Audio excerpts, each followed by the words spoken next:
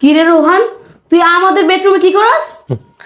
Madam, sir তো 3 মাসের জন্য ট্রেনিংয়ে চলে যাচ্ছে, তাই আমি আগে থেকে আপনার বেডরুমে চলে আসলাম। মানে কি বলতে চাস তুই? ম্যাডাম, কি বলতে চাই বুঝেন না? 3.5 মাস যে ট্রেনিংয়ে থাকবো, তো আপনি একা থাকবেন না, আপনার সঙ্গটা আমি দিব। কি তুই আমার বাসার কাজের লোক হয়ে তুই এসব কথা আমাকে বলতেছস? ম্যাডাম, চেতেনকা 3 মাস তো ছাড় থাকবো, আপনার তো অনেক কষ্ট হইব। আর এই স্যারের কাজটা না হয় আমি করে দিলাম। কি বলস তুই? আমি কেমন মেয়ে তুই এমন মেয়ে ভাবছ আমাকে? দেখেন ম্যাডাম, আমি তো আপনার দিকটা ভেবেই বলতেছি। স্যার 3 মাসের জন্য চলে যাবে, আপনি তো একা হয়ে যাবেন, তাই বলতেছি ম্যাডাম। দেখ, আমাদের এনগেজমেন্ট হয়ে গেছে, আমি ওকে অনেক ভালোবাসি, ওর সাথে আমি বেমানি করতে পারবো না। দেখেন ম্যাডাম, স্যার তো বিষয়টা জানবেন না, এটা আপনার আর আমার মধ্যে গোপন থাকবে। এই তুই কিভাবে ভাবলি? আমার স্বামী একজন পুলিশ অফিসার, তাকে রেখে আমি তোর সাথে টাইম পাস করবো? ম্যাডাম, এজন্যই বলছি, ঘরের কথা ঘরেই রইল, বাইরের কেউ জানলো না। আর তাছাড়া স্যারের যদি চাকরিটা হয়েই যায়, স্যার কিন্তু আপনাকে সময় দিতে পারবে না।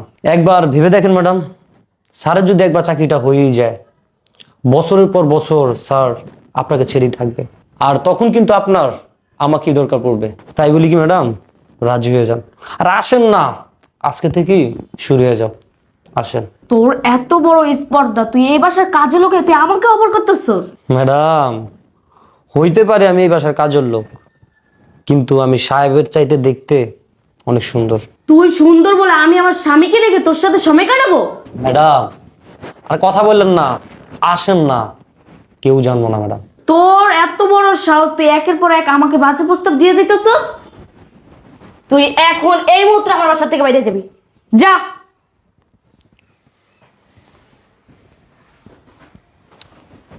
সুমাইয়া, কি করতেছো? ইমরান, তুমি এখানে? হ্যাঁ, আমি এখানে।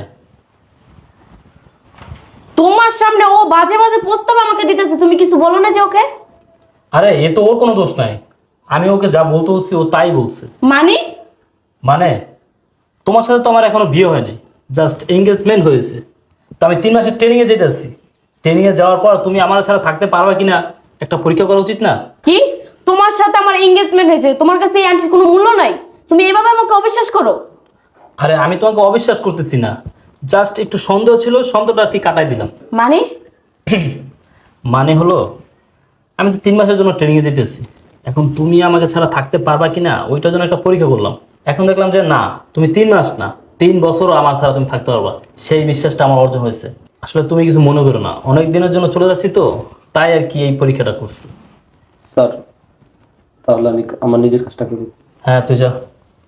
স্যার, আমি তোমাকে অনেক ভালোবাসি, তুমি এইভাবে কাজের লোক দিয়ে আমাকে পরীক্ষা করলা? দেখো, আমিও তোমার ভালোবাসি, এটা জাস্ট একটা পরীক্ষা। ঠিক আছে, আমি তাহলে ট্রেনিংয়ে যাই। আমি এখন পুরোপুরি বিশ্বাস করতে পারি, আমি 3 মাস না, আমি যদি 30 বছর থাকি তুমি আমার ছাড়া একা থাকতে পারবা, ওই বিশ্বাসটা তোমার উপর আমার এখন আছে। ঠিক আছে, 3 মাস না 3 বছর যদি লাগে, তুমি ট্রেনিংটা শেষ করে আসো, আমি তোমার আছি, তোমারই থাকবো। আচ্ছা ঠিক আছে, আমি তাহলে গেলাম। হ্যাঁ আচ্ছা ঠিক আছে, সাবধানে যাও। আচ্ছা, তুমি তোমার নিজের প্রতি খেয়াল রেখো, আচ্ছা যত্ন নিও। ঠিক আছে।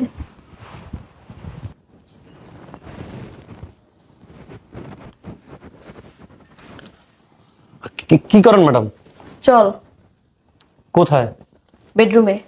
কি বলেন ম্যাডাম? বেডরুমে যাবো মানে? কেন? তুই একটু আগে না বললি তোর স্যারের অবর্তমানে তুই আমাকে সময় দিবি? ম্যাডাম, কি বলেন? আমি সামান্য কাজের লোক। তাতে কি হয়েছে? তুই কাজের লোক হইলো, তুই অনেক সুন্দর, তুই অনেক স্মার্ট। দেখেন ম্যাডাম, আপনি যা বলতেছেন আমি এগুলো করতে পারবো না। কেন করতে পারবি না? একটু আগে তুই খুব দেখাইলি। চল, তোর স্যার চলে গেছে, এখন থেকে তোর স্যার যতদিন না আসবে তুই এতদিন আমাকে সময় দিবি। না ম্যাডাম, এটা সম্ভব না। কেন সম্ভব না? তোর স্যার তো জানবে না, তোর আর আমার মধ্যে এটা গোপন থাকবে। তারপরে ম্যাডাম, আমি পারবো না। তাহলে তুই পারবি না? না ম্যাডাম। তাহলে তোর এই বাসায় চাকরি নেই, যা বের হয়ে যা। কি বলেন ম্যাডাম? ঠিকই বলছি, তুই যদি এই বাসায় থাকতে হয় তাহলে আমার সঙ্গ দিতে হইব। ঠিক আছে ম্যাডাম, আমি রাজি। ম্যাডাম, আমি তো আপনার বাসার কাজের লোক, এখন আপনার সাথে রুম ডেট করবো, একটু ফিটফাট হইতে হবে না ম্যাডাম? আমি একটু ফ্রেশ হয়ে আসি। যা, তোর স্যারের দামি সাবানটা দিয়ে তুই গোসল করে আয়। আলমারিতে তোর স্যারের দামি একটা টি শার্ট আছে, ওটা পরে আয়। আর মনে করে পারফিউমটা বাইরে আইস। আচ্ছা ঠিক আছে ম্যাডাম, আপনি বেডরুমে যান, আমি আসতেছি। আচ্ছা ঠিক আছে। ও, ফ্রেশ হয়ে লজ্জায় কম্বল মুড়া দিয়া শুয়ে রইছো?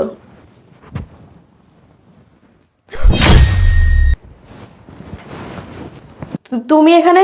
তুমি না ট্রেনিং এ চলে গেলা? হ্যাঁ, আমি এইখানে। অবাক হলাম? না, কেন অবাক হবো? না, তোমাকে দেখে মনে হচ্ছে এখানে অন্য কেউ থাকার কথা ছিল, কাদের ছেলেটা থাকার কথা ছিল। কি বলো তুমি এগুলা?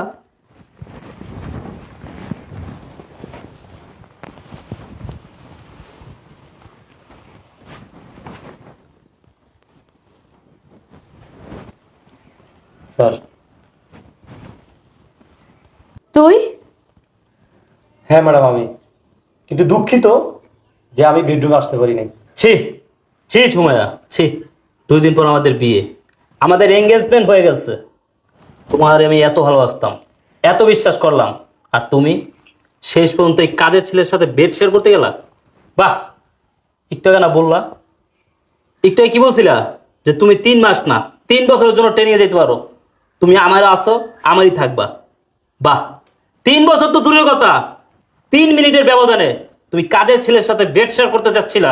হ্যাঁ, ঠিক। দেখো, আমার ভুল হয়ে গেছে, আমাকে ক্ষমা করে দাও।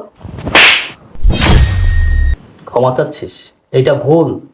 কোন মুখ দিয়ে ক্ষমা চাচ্ছিস? হ্যাঁ, এই এঙ্গেজমেন্টের আংটি একটাকে আমাকে বলছিলি, এইটা কি কোনো মূল্য নাই আমার কাছে? এইটার মূল্য আমার কাছে আছে, কিন্তু তোর মতো মেয়ের কাছে এটার মূল্য নাই। 3 মিনিটের ব্যবধানে তুই কাজের ছেলের সাথে বেড শর্ট করতে যাস, আবার বলতেছোস ভুল হয়ে গেছে। আমি তোরে ক্ষমা করে দিব? আমার ভাগ্য ভালো, আমার ভাগ্য ভালো যে বিয়ের আগে আমি সবকিছু জানতে পারছি, তোর মতো নষ্টা মেয়ের চরিত্র সম্পর্কে জানতে পারছি, তোর আসল রূপটা আমি বুঝতে পারছি, দেখতে পারছি। যদি বিয়েটা হয়ে যেত, ডিউটির কাছে বাইরে থাকতাম, তুই এই সময়টাই আমার বাসার ভিতরে বিভিন্ন ছেলেদের সাথে নষ্টামি করতি। এই এঙ্গেজমেন্টের আংটিটা খুলে ফেরত দাও। কি বলতেছো তুমি? তোমার আর আমার এঙ্গেজমেন্টের এটা স্মৃতি। তোর তো স্মৃতি এঙ্গেজমেন্ট। বেরো, আমার বাসা থেকে বের হ, বের হ। নষ্ট। স্যার, কষ্ট পাবেন না। জোর বাচ্চা বেঁচে গেছি রে, নয়তো সারা জীবন পস্তাতে হতো।